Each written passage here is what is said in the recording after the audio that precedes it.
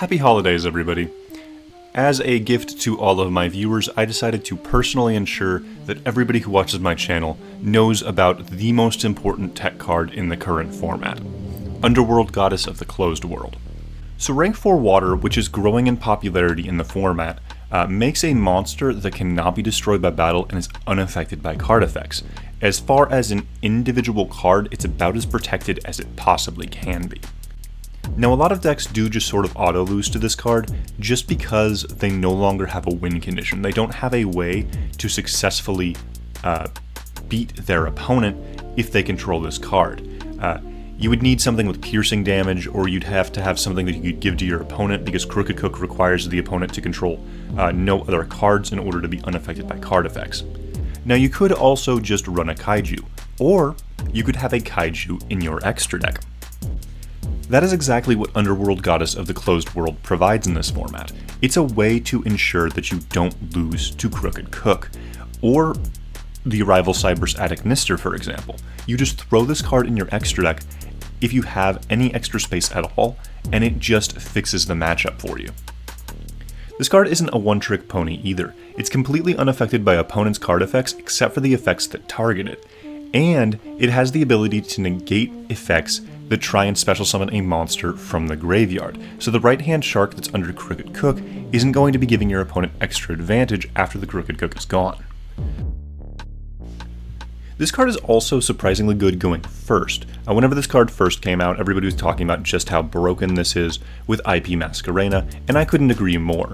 This card is really good to run as a secondary target alongside Nightmare Unicorn, as it allows IP Masquerena to just get rid of any opponent's monster as long as its effect is able to resolve on the opponent's turn. Additionally, on Link Summon, Underworld Goddess of the Closed World will permanently negate the effects of all monsters your opponent controls. It doesn't come up a lot, but when it does, it's a very useful effect to have, and it also ensures that if you wait to use IP Masquerena, it's going to have as much impact as possible. Do keep in mind, though, you are going to need to control 3 total monsters in order to use IP to summon Underworld Goddess of the Closed World, so it is a little bit more high investment than just going into a Nightmare Unicorn.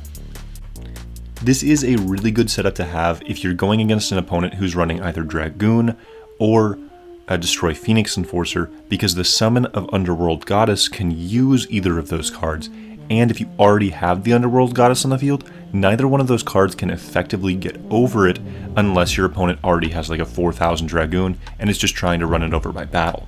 Additionally, you can use the effect of Underworld Goddess of the Closed World to negate the graveyard effect of DPE so that it can't summon itself back.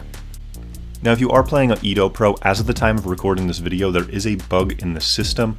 Underworld Goddess cannot negate the effect of DPE in the graveyard, but I do promise it can actually do that. It's just a bug in the system. It's on the patch notes right now. It's something that they're needing to fix, but I do promise this in the TCG, it does actually work that way.